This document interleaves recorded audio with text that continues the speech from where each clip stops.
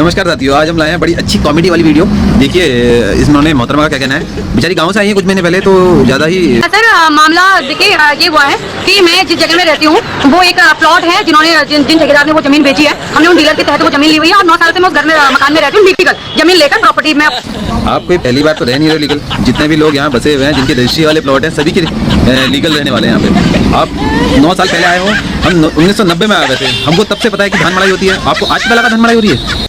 मेरे घर के जस्ट सामने कुछ खेती है जो 2 भाई साहब हैं जिन्होंने खेती कर रखी है। वो पिछले 9 साल से कंटिन्यू खेती करते हैं, धान की भी, गेहूं की भी, भट्ट की भी। खेती भटकी उनकी है लेकिन भटभटा तुम रही हो, ऐसा क्यों?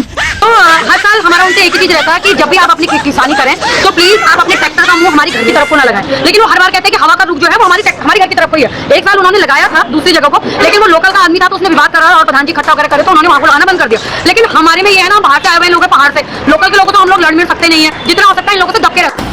बोल तो रहे हो दब के रह सकते हैं, लेकिन दब कहाँ रहे हो? तुमने तो बस बवंडर मचाना है और अपना फेमस होना है। लेकिन ज्योति अधिकारी आपको पता है सोशल मीडिया पे हमेशा सच बोलती है। मैं ना दबने के लिए आई हूँ, जो चीज थी मैंने उसकी वीडियो बनाई और अपनी वीडियो के माध्यम से दिखाया कि भैया ये हर साल जो है अपनी मड़ाई करते हैं, लेकिन ये एक बार भी हमें इंसानियत के नाते ये नहीं बोलते हैं कि अगर हम ये खेती करें तो प्लीज आप थोड़ी देर अपनी खिड़की दरवाजे बंद कर दो। त्योहार का दिन था, मेरी माता जी आई हुई थी जो अस्थमा की मरीज।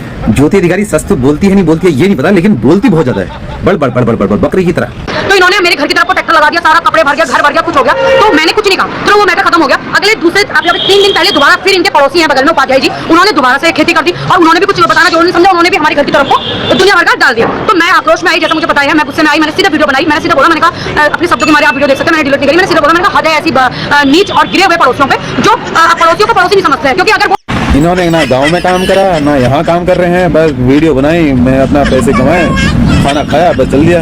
और जो काम बेचारा कर रहा है, किसान काम कर रहा है, जिसके खाना खा रहे हैं उसको काम नहीं करने दे रहे। ऐसे थोड़ी होता है। इससे अच्छा तो ये गाँव में सही थी। और उन्होंने भी कुछ बताना जो उन्होंने समझा, उन्होंने भी हमारी घर की तरफ को दुनिया भर का डाल दिया। तो मैं आक्रोश में आई, जैसे मुझे पता है, मैं गुस्से में आई, मैंने सीधा वीडियो बनाई। मैंने सीधा बोला, मैंने कहा अपने शब्दों की मारे आप वीडियो देख सकते हैं, मैंने डिलीट नहीं करी। मैंने सीधा बोला, मैंने कहा हद है ऐसी नीच और गिरे हुए पड़ोसियों पे जो पड़ोसियों को पड़ोसी नहीं समझते हैं। क्योंकि अगर वो पड़ोसी है तो मैं भी उनकी पड़ोसी हूँ। अगर मैं कभी उनकी प्रॉपर्टी में नुकसान नहीं करती तो उनका भी हक है कि वो भी मेरी प्रॉपर्टी में नुकसान न करे। ये करके मैंने एक वीडियो बनाई थी जो सोशल मीडिया पे काफी ट्रेंड हुई, लोगों ने देखी। ट्रेंड तो बहुत हुई और उसी ट्रेंड में आपका भी बहुत मजाक बनाया गया और क्या क्या मीम्स बने आपके। लोग जगह जगह खेत में जाके तुम्हारे लिए मीम बना रहे हैं। आज मेरे बाल में धान कटाई हो रही है, बताओ। तो उसके बाद अगर उन लोगों को परेशानी थी जिनकी वो जमीन थी, जिनको मैंने बोला, पहले तो मैंने अपनी वीडियो के माध्यम से किसी गांव का नाम नहीं लिया, किसी पड़ोसी का नाम नहीं लिया, मैंने सिर्फ वीडियो बनाई और उनके घर की तरफ को वीडियो दिखाया। लेकिन अगर उनको मेरे से परेशानी थी, उन्होंने मेरे पर कार्रवाई करनी थी, तो वो एक लिखित में लेके चौकी आते और शायद वो लोग मुझे चौकी में बुलाते तो वहाँ पे हमारी बातें होती। अब ये मोहतरमा चाहती है कि इनसे कॉम्प्रोमाइज चौकी में करें। भैया वो धान मड़ाई अपने पुश्तों से कर रहे हैं, उनके पास पुश्ते नहीं जमीन है। तुमने यहाँ 4 दिन पहले जमीन खरीदी है, हमारे वहाँ 4 दिन पहाड़ी वाले 4 दिन होते हैं, समझ रहे हो? तो पहाड़ी अगर जो होता है उसको पता होता है कि भैया धान मड़ाई क्या होती है, भट्ट मड़ाई क्या होती है, गेहूं मड़ाई क्या होती है।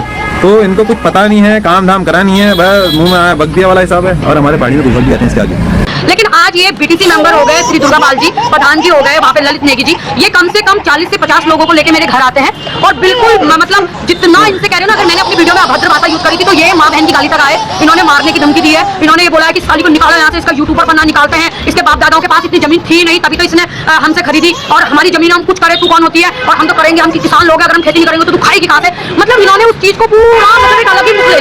अलग रुख उन्होंने नहीं लिया, अलग रुख तुमने लिया, तब उन्होंने अलग रुख दिखाया है, समझ रहे हो? गलत बोलोगे तो गलत सुनना पड़ेगा भाई। खा जिस जमीन की रहे हो उसी के लिए तुम ऐसा बोल रहे हो तो सुनना पड़ेगा, सुनो। मेरा किसी किसान से किसी से कोई दिक्कत नहीं है। मुझे दिक्कत यह है कि जब भी आप अपना ट्रैक्टर चलाओ तो एटलीस्ट आप हमें बताना चाहो। मैंने ये वीडियो बनाई और मैंने वीडियो सीधा भेजी हमारे कमिश्नर साहब दीपक रावत जी को, तो वहाँ से सर ने एक्शन लिया और टीपी नगर के चौकी इंचार्ज भी आए, तो उन लोगों ने बोला। लेकिन देखिए ना, अगर इन्होंने आज मेरे को पता चला कि इन्होंने यहाँ मेरे लिए कंप्लेंट डाली है, तो मैं इनसे ये कहना चाहती हूँ कि अगर इन्होंने कंप्लेंट ही डाली थी तो ये 40 लोग मेरे घर पे क्यों आए थे? उसमें आधे से ज्यादा पीके आए हुए थे जो कह रहे थे मारो भगाओ इसको, निकालो इसको यहाँ से, इसका यूट्यूब पर ना निकालेंगे हम, ये वो माँ बहन की गाली दे रहे थे। और कुछ लोग उसमें कह रहे थे सॉरी बोल सॉरी बोल। मैंने बोला मैं सॉरी नहीं बोलूंगी, तो इन्होंने बोला कि कैसे नहीं बोलेगी, तेरे को सॉरी हम बुलवाएंगे, रात तक कब भी बुलवाएंगे। तो ये और मुझे उम्मीद है आरती मैम और इंचार्ज सर से कि जिन्होंने सही बोला है, जो बेचारे इतने साल से वहाँ रह रहे हैं, उनके खिलाफ अगर मुकदमा करेंगे तो आप खुद ही सोचिए सर। हमारे वहाँ पे तो धान मड़ाई हो रही है आज से, थोड़ी हम सन 96 से यहाँ रह रहे हैं, हमको आज तक दिक्कत नहीं हुई। इनको कैसे दिक्कत हो गई है? 9 साल पहले आई हैं, बताइए। हमें तो हमारे यहाँ तो पूरा धान ही धान था, गन्ना इतना होता था, सांप कीड़े इतनी चीज़ें आती थी।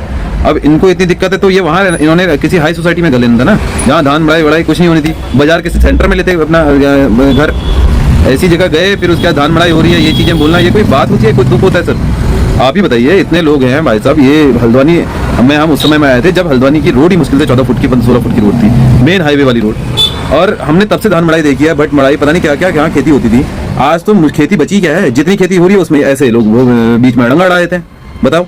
और इसी के अंदर धन्यवाद चाहता हूँ। और आप बताइए मैंने सही बोला या गलत बोला।